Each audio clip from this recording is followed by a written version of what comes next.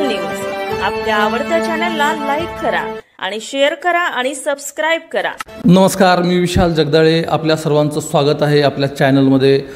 आणि सगळ्यात महत्त्वाची गोष्ट म्हणजे आता सध्या उन्हाचा कडाका खूप मोठ्या प्रमाणामध्ये वाढलेला आहे। ऊन खूप आहे आणि ह्या उन्हापासून आपण आपली स्वतःची काळजी कशी घ्यावी या बाबतीमध्ये आपण याच्या आधीही काही व्हिडिओ पाहिलेले आहेत।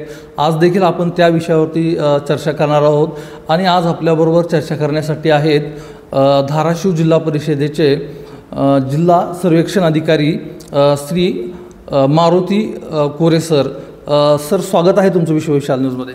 नमस्कार, धन्यवाद। साहेब, काय सांगाल, दरवर्षीपेक्षा यावर्षी ऊन जरा जास्तच आहे। तापमान ग्लोबल वॉर्मिंगमुळं वर्षानुवर्ष जे आहे मागच्या वर्षीपेक्षा पुढच्या वर्षी आणि ठराविक वेळेमध्ये कमीत कमी मे महिन्यामध्ये जे आहे तापमानाची तीव्रता आपल्याला जरा जास्तच जाणवायला लागते। त्याच पद्धतीनं ह्या वर्षीसुद्धा तापमान जे आहे थोडं वाढलं, म्हणजे वरच्या स्तरावरच दिसून येते। आता सध्या जर बघायला गेलं तर 40च्या आसपास तापमान आहे आणि मागच्या वर्षी आपण 20 मेच्या आसपासचा जर विचार केला तर आपण 42 डिग्रीपर्यंत आपल्या उस्मानाबाद जिल्ह्याचं तापमान गेलं होतं आणि सध्याची परिस्थिती पण 40 डिग्रीच्या आसपास सध्या उस्मानाबाद जिल्ह्यामध्ये तापमान दिसून येतोय। बरोबर आहे सर। खरं तर एवढं मोठ्या प्रमाणामध्ये तापमान वाढलेलं आहे, तर हे तापमान जे आहे तर ह्या आपलं संरक्षण करण्यासाठी जिल्हा परिषदेने काय नियोजन केलेलं आहे का? जिल्हा परिषदेने काय जनजागृती केलेली आहे का? आपण काय सांगाल त्या संदर्भात? नक्कीच आपण बघत असाल वर्षानुवर्ष उन्हाळ्याचा तडाखा जो आहे विदर्भ रिजनला जास्त बसतोय असं आपला समज होता, पण मराठवाडा रिजनमध्ये आणि आपल्या जिल्ह्यामध्ये सुद्धा ह्या वर्षी ऊन जे आहे जास्त दिसून येतोय आणि उन्हाची लहर जी आहे ते दिसून येतंय। त्या अनुषंगाने आरोग्य विभाग, जिल्हा परिषद धाराशिव यांनी आपण बऱ्याच उपाययोजना प्राथमिक आरोग्य स्तरावर, आरोग्य केंद्र स्तरावर, तसेच ग्रामीण जिल्हा रुग्णालय, उपजिल्हा रुग्णालय आणि जिल्हास्तरीय रुग्णालयावर आपण केलेली आहे। त्यामध्ये विशेषतः प्रत्येक PSCमध्ये, उपजिल्हा रुग्णालयामध्ये तसेच ग्रामीण रुग्णालयामध्ये आपण उष्माघाताशी रिलेटेड जर पेशंट आले तर त्यासाठी आपण काही बेड रिझर्व करायला सांगितलेले आहेत।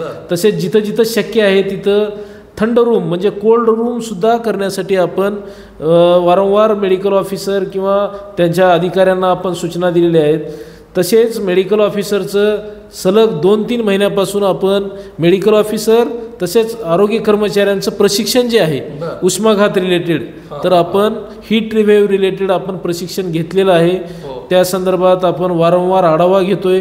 आता कालच आमची पुन्हा व्हिडिओ कॉन्फरन्सिंग झाली, त्यामध्ये वैद्यकीय अधीक्षक, मेडिकल ऑफिसर तसेच कम्युनिटी हेल्थ ऑफिसर जे समुदाय आरोग्य अधिकारी आहेत यांना पुन्हा उजळणी प्रशिक्षण घेऊन आपण पुन्हा सूचना दिलेल्या आहेत, त्यांचं प्रशिक्षण घेतलेलं आहे। बरोबर, नक्कीच। खरं तर आपण उपाययोजना तर केलेल्या आहेत, पण सर्वसामान्य माणसांना आपण काय मार्गदर्शन कराल किंवा काय सल्ला द्याल की ती स्वतःचं उन्हापासून रक्षण करू शकेल? बरोबर, तर त्या गोष्टी तर मी सांगतोच, पण पुन्हा जिल्हा परिषदेच्या मार्फत आपण जे आहे सूचना दिलेल्यामध्ये आपण मुबलक प्रमाणात जो आहे औषध साठा पूर्ण, म्हणजे जे काही गव्हर्नमेंटचे हॉस्पिटल्स आहेत PSC पासून वरच्या लेवलचे, तर त्यामध्ये IV फ्लुइड्स असतील किंवा इतर औषध उपचार जे आहेत उष्माघातासाठी लागणारे, तर ते सर्व औषधोपचार आपण त्या दवाखान्यात उपलब्ध केलेलं आहे। ज्यांच्याकडे अपुरी औषधे आहेत त्यांना डिमांड करण्यासाठी पण आपण सूचना दिलेल्या आहेत आणि त्या अनुषंगाने म्हणजे एखाद दुसरा जरी पेशंट आला तरी आपल्याला तो औषध पुरवठा पुरेल या पद्धतीनंच अवेलेबल करून ठेवण्यासाठी आपण सर्वांना सूचना दिलेल्या आहेत। त्याच पद्धतीने पिण्याच्या पाण्याची व्यवस्था जी आहे प्रत्येक आरोग्य केंद्रामध्ये आपण पिण्याच्या पाण्याची व्यवस्थासुद्धा केलेली आहे, जेणेकरून फक्त उष्माघाताचेच पेशंट नाही तर OPD IPDला असणारे किंवा पेशंट जे हॉस्पिटलला व्हिजिट करतात त्या पेशंटला सुद्धा पिण्याच्या पाण्याची कमतरता भासली नाही पाहिजे, शुद्ध पिण्याचं पाणी मिळालं पाहिजे अशा पण आपण सूचना दिलेल्या आहेत। आणि जवळपास सर्वच हॉस्पिटलमध्ये पिण्याच्या पाण्याची व्यवस्था आहे करण्यात आलेली आहे। त्याच अनुषंगानं जसा तुमचा प्रश्न होता त्या अनुषंगानं जनतेनं काय काळजी घ्यायची, तर ह्यामध्ये आपल्या ग्राउंड लेवलला काम करणाऱ्या, गाव पातळीवर काम करणाऱ्या अशा आहेत, आपले बहुउद्देशीय आरोग्य कर्मचारी आहेत, तसंच आपल्या आरोग्य सेविका आहेत, त्यांच्या मार्फत तसेच आपण प्राथमिक आरोग्य केंद्र किंवा जे जिल्हास्तरीय रुग्णालय आहेत त्यामध्ये व्यवस्थित जनजागृतीचे बॅनर आणि पोस्टर लावून सुद्धा आपण IAC केलेली आहे. आणि कर्मचाऱ्यांमार्फत आपण ग्राउंड लेवलला ज्यावेळी घरोघरी व्हिजिट करायला जातात आपले कर्मचारी किंवा आशा, तर त्यांच्यामार्फत सुद्धा आपण त्यांना सूचना दिलेल्या आहेत.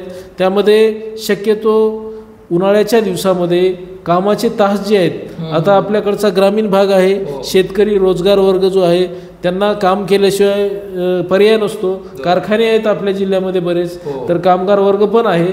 तर त्या अनुषंगानं आपण सांगितलेलं आहे की जास्तीत जास्त तुम्ही काम जे आहे मॉर्निंग आवर्स आणि इव्हिनिंग आवर्समध्ये करा. आणि 12 ते 3 शक्यतो जास्त उन्हाचा जो प्रभाव असतो त्या कालावधीमध्ये सावलीमध्ये बसूनच काम करा, अशा पण सूचना दिलेल्या आहेत. तसेच नागरिकांना पुन्हा आवाहन करतो की उन्हाच्या कालावधीमध्ये जास्तीत जास्त कॉटनचे कपडे आणि सैल कपडे घाला. शक्यतो टोपीचा, छत्रीचा वापर करा. ज्यांना शक्यच नसेल, उन्हामध्ये कामच करायची गरजच आहे, आपण टाळू शकत नाही, त्या लोकांनी तरी कमीत कमी छत्री टोपीचा वापर करा. उन्हाच्या अनुषंगानं वयस्कर लोकांमध्ये किंवा लहान मुलांमध्ये सुद्धा उन्हाचा जो प्रभाव आहे त्यामुळे डोळ्याला पण इजा होण्याची शक्यता असते. शक्य असेल तितकं तुम्ही सावलीमध्ये काम करा, गॉगलचा वगैरे वापर करा. आणि पाणी जे आहे आपण साधारणतः आपण बाकी ऋतूमध्ये किंवा वर्षभरामध्ये आपण सांगतो 3 लिटरच्या आसपास दिवसामध्ये पाणी गेलं पाहिजे. तर तुम्ही जेव्हा वारंवार फ्रिक्वेन्सी जी आहे पाणी पिण्याची तुम्ही वाढवली पाहिजे आणि जास्तीत जास्त पाण्याचा वापर केला पाहिजे, पाणी पिलं पाहिजे आपण. बरोबर आहे. येस सर, काय होतं माहिती आहे का, ज्यावेळेस आपण उन्हामधनं घरी जातो तर गेल्या थंड पाणी जे असतं ती पिणं योग्य आहे की अयोग्य आहे, तर कुठलं पाणी पिलं पाहिजे? अतिथंड पाणी नका पिऊ एकदम उन्हामध्ये काम करून. आता बरेच उन्हाळ्याचे दिवस आहेत, आपल्या भागामध्ये ग्रामीण भागामध्ये किंवा तालुका स्तरावर क्रिकेटच्या मॅचेस ऑर्गनाईज केल्या जातात. त्यामध्ये बरेच यंग एज ग्रुपचे जरी असतील खेळाडू तरी आपण जास्तीत जास्त खेळाडूंनी, आणि तिथं बिस्लेरीचा किंवा एकदम थंडगार पाण्याचा वापर होतो, तर ते न करता प्रत्येक ऑर्गनायझर्सनी आपल्या आपल्या खेळाडूंसाठी शेडची व्यवस्था करावी, जेणेकरून त्यांना सावली मिळेल. आणि पाणी जे आहे शक्यतो सेमी असलं पाहिजे, म्हणजे एकदम थंड पण नसलं पाहिजे आणि एकदम कडक पण नॉर्मल पाणी पिणं गरजेचं आहे त्यामध्ये. तर ह्या गोष्टी प्रत्येकाने हे केलं पाहिजे. आणि शक्यतो ह्या काळामध्ये आपल्याला चहा, कॉफी किंवा कोल्ड्रिंक्सचा आपण वापर करतो की कोल्ड्रिंक्समुळं थंड वाटतं वगैरे, तर ह्या गोष्टी शक्यतो आपण अवॉइड करणं गरजेचं आहे. जास्त थंड पाणी प्यायल्यानंतर शरीरावरती काय इफेक्ट पडत होतो? शरीरावरची इफेक्ट असाच होतो की शरीरावरती आपण जनरली जर उन्हामध्ये काम केलं असेल किंवा बाहेर जर काम केलं असेल तर आपलं ऑलरेडी बॉडीचं टेम्परेचर वाढलेलं असतं आणि आपण जे काही पाणी पितो ते एकदम जर कोल्ड पाणी पिलं तर टेम्परेचरमध्ये खूप जास्त तफावत असते. तर त्यामुळं आपल्याला सर्दी, ताप, खोकला ह्या सुद्धा आपल्याला परेशानी किंवा त्रास ह्यांचे प्रॉब्लेम जाणवू शकतात. त्यामुळे शक्यतो बाहेरचं टेम्परेचर सोबत जे ॲडजस्ट होईल त्या पद्धतीचंच नॉर्मल पाणी आपण पिणं अपेक्षित आहे. बरोबर. सर, या गोष्टी तर तुम्ही सांगितलेल्या आहेत आणि नक्कीच लोक त्याचा त्या पद्धतीनं वापर करतील किंवा त्या पद्धतीनं वागण्याचा प्रयत्न करतील. पण पुढचा एक प्रश्न असा आहे की या काळामध्ये म्हणजे उष्णता जे आहे या काळामध्ये आहार कशा पद्धतीचा असावा आणि आहारामध्ये कुठले पदार्थ असावे आणि कुठले पदार्थ टाळावे? आहार सगळ्या प्रकारचा खायला काहीच हरकत नाही.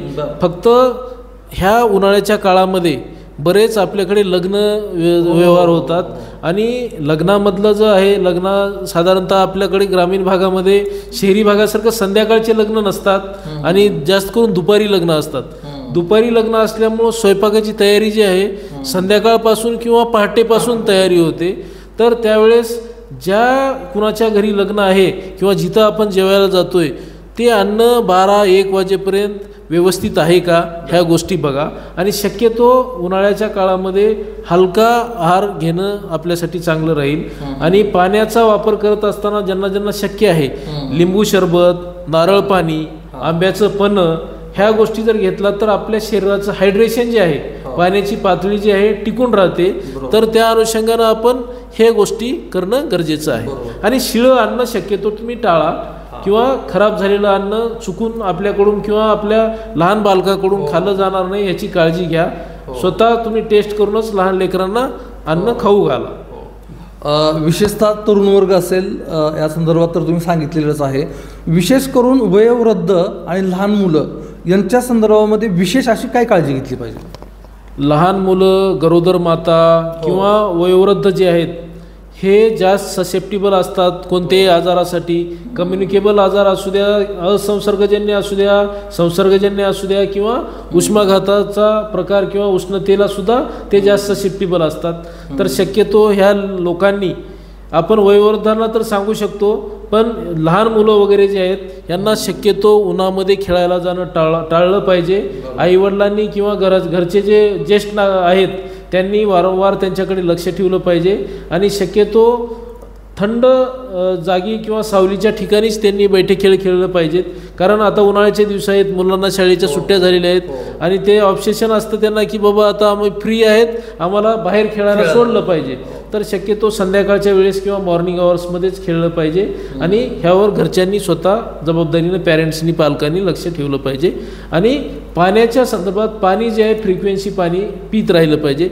शक्यतो बर्फाचे पदार्थ जे आहेत, बाहेर बनलेल्या बर्फाचे, तुम्ही घरी बनवले तर ठीक आहे, पण बाहेर बनलेल्या बर्फाचे, जसं आपण बघतो की ज्यूसमध्ये बाहेरून बर्फ टाकला जातो, तर त्या बर्फाची क्वालिटी वगैरे बघा. कारण आपण जर तसे ज्यूस पिलात किंवा अशुद्ध जर बर्फ वापरला तर आपल्याला जुलाब किंवा उलट्या ह्या गोष्टी होऊ शकतात. त्यामुळं पुन्हा शरीरातलं पाणी कमी होऊ शकतं आणि जलजन्य आजारसुद्धा उद्भवू शकतात. त्याच पद्धतीनं पाण्याची पातळी जी आहे खालावलेली आहे. बऱ्याच गावामध्ये पाणी जे आहे, पाण्याची कमतरता आहे, टँकरचा पाणी पुरवठा आहे. तर त्या अनुषंगानं जिथलं पाणी तुम्ही पिताय ते व्यवस्थित शुद्धीकरण करून आणि नॉर्मल टेम्परेचरला थंड करून तुम्ही पाणी गाळून चांगलं पिणं आवश्यक आहे, जेणेकरून आपल्याला उष्माघात राहायला बाजूला जलजन्य आजाराची सुद्धा साथ उद्भवण्याची शक्यता नाकारता येत नाही. या गोष्टी आपण काळजी घेतली पाहिजे. सर, खरं तर ऊन खूप मोठ्या प्रमाणामध्ये दिवसेंदिवस वाढत आहे, उष्णता वाढत आहे. आपल्या धाराशिव जिल्ह्याचा विचार करता आत्तापर्यंत आपल्याला कुठं एखादा उष्माघाताचा रुग्ण आढळलेला आहे का? आणि उष्माघात झाल्या प्रथम उपचार काय केले पाहिजे त्याच्या फॅमिलीनं किंवा परिवारानं? जिल्हा सर्वेक्षण अधिकारी या नात्यानं आम्ही उष्माघाताचे जे पेशंट आहेत आपल्या ग्रामीण भागापासून ते पूर्ण जिल्हा स्तरापर्यंत आम्ही आपल्या पोर्टलमार्फत मॉनिटरिंग करत असतो. आणि सुदैवानं आजच्या तारखेपर्यंत ह्या वर्षी तरी उष्माघाताचा एकही पेशंट आपल्या जिल्ह्यामध्ये नोंदवला गेला नाही. आता उष्माघाताच्या जे माइल्ड पेशंट आहेत, माइल्ड पेशंट म्हणजे एकदम नॉर्मल ताप वगैरे, ते पोर्टलला नोंदवण्याची गरज नाही आहे. हिट स्ट्रोक जो म्हणतो, उष्माघाताचा जो एकदम सिव्हिअर प्रकार आहे, तर तो प्रकार आपल्याला त्यामध्ये नोंदवायचा आहे आणि तो अद्यापपर्यंत आपल्याकडे कोणत्याही आरोग्य संस्थेमध्ये आढळून आलेलं नाही आहे किंवा IPDला ॲडमिट झालेलं नाही आहे आपल्याकडं. ते एक चांगली गोष्ट आहे. तर एवढंच मला सांगायचं आहे की पुन्हा तुम्हाला जरी असं वाटलं किंवा आपल्याकडे आहेत, कारण बऱ्याचदा कसं होतं पेशंट पोचत नाहीत, तर जर अशा पद्धतीचे लक्षणं आहेत, हाय ग्रेड फिवर आहे, आपल्याला चक्कर आल्यासारखं वाटतंय, अशक्तपणा वाटतंय, तर ह्या गोष्टी असतील, डोळ्यापुढे अंधारी येते, चक्कर येऊन पडलेलं आहेत, तर आपण लवकरच, आणि डिहायड्रेशन, पाणी पिलेलं नाही आहे, उन्हात आपली कामं चालू आहेत, तर आपल्याला वाटतंय डिहायड्रेशनसारखं, पाण्याची कमतरता वाटते, तर त्यावेळेस तुम्ही लवकरच आपला जो कोणी नातेवाईक असेल किंवा स्वतः पेशंट असेल तर जवळच सरकारी दवाखान्यात किंवा आपले जे काही गव्हर्नमेंटचे हॉस्पिटल आहेत तिथं या आणि तुम्हाला लगेच उपचार आपले डॉक्टरांमार्फत चालू होतील. बरोबर. खरं तर डॉक्टर साहेब, तुम्ही अतिशय छान अशी माहिती दिलेली आहे, अतिशय चांगलं मार्गदर्शन केलेलं आहे आणि या माहितीचा नक्कीच आपल्या प्रेक्षकांना फायदा होईल. शेतकरी वर्ग असेल किंवा कामगार वर्ग असेल ज्यांना की उन्हामध्ये जावंच लागतं, त्यांच्यासाठी ही मुलाखत अतिशय छान अशी असणार आहे. तुम्ही विश्वविशाल न्यूजसाठी वेळ दिला, एवढी छान माहिती दिली, त्याबद्दल विश्वविशाल न्यूजची संपूर्ण टीम आपले आभार व्यक्त करते. धन्यवाद. धन्यवाद. धन्यवाद. तर विश्वविशाल न्यूजवरती आज आपण उन्हाळ्याच्या संदर्भातच चर्चा केलेली आहे. याच्या आधी पण आपण काही व्हिडिओ उन्हाच्या बाबतीतले पाहिलेले आहेत. तर असेच काही आणखी नवीन नवीन विषय असतील, नवीन चर्चा असतील, आपण विश्वविशाल न्यूजवरती पाहत राहणार आहोत. त्यासाठी तुम्हाला काय करायचं आहे, सगळ्यात आधी विश्वविशाल न्यूजला सबस्क्राईब करून बेल आयकॉनला क्लिक करायचं आहे. आणि तुम्ही जर हा व्हिडिओ फेसबुक पेजला पाहत असाल तर विश्वविशाल न्यूजचं फेसबुक पेज देखील नक्की फॉलो करा. आपण इथंच थांबूयात. धन्यवाद. विश्वविशाल न्यूज आपल्या आवडत्या चॅनलला लाईक करा आणि शेअर करा आणि सबस्क्राईब करा.